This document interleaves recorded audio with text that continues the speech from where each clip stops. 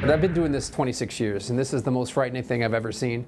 That is the special agent in charge of the DEA in Seattle, talking with me this week about the fentanyl, meth, and cocaine killing people daily.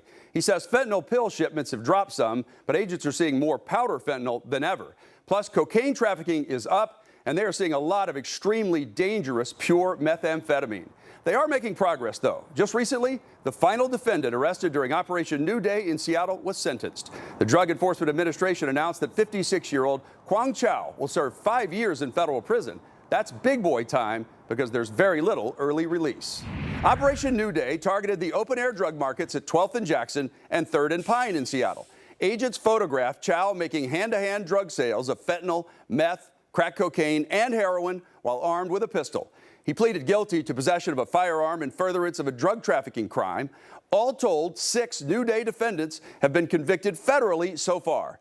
That crackdown preceded Operation Red Rose, announced in this June press conference.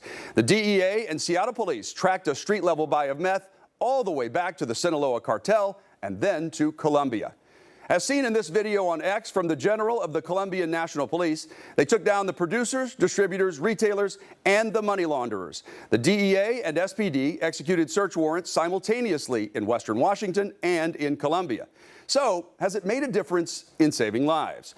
In looking at King County's overdose deaths data dashboard, fewer people have died so far this year, 650, compared to the same time period last year when 801 people died from fentanyl, meth, and other stimulants. Narcan is more available now to treat overdoses, but DEA Special Agent in Charge Dave Ream says that by tearing out the Sinaloa cartel's drug pipeline by the root, it creates a gap in the availability of drugs, and it gives users the opportunity to get clean.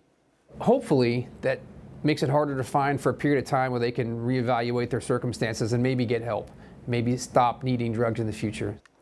While deaths overall have dropped, I did notice a troubling number of reports from the King County Medical Examiner citing the cause of death is cocaine and fentanyl. Are dealers mixing the fentanyl in with the cocaine, or the traffickers shipping it in that way? Like, who's mixing fentanyl in with cocaine? If you put fentanyl, which is highly addictive, a small amount into cocaine, you're going to get a user addicted to the cocaine that comes from that source. So if you are the seller and your cocaine has fentanyl, and I have other cocaine, I'm also a cocaine seller without fentanyl, yours is going to addict people and mine will not. So people come back to you. It could be as simple as that. And he says they're seeing more fentanyl powder being trafficked here than pills, meaning it can be easily mixed in with other drugs, making them more deadly.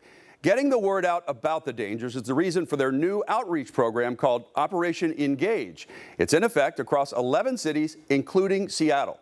Agents and resource operators visit schools, tribal communities, and events working to reduce drug poisonings to save lives. They have an outreach specialist they hired a year ago who's doing nothing but going into the community to meet with people and tell them about the dangers.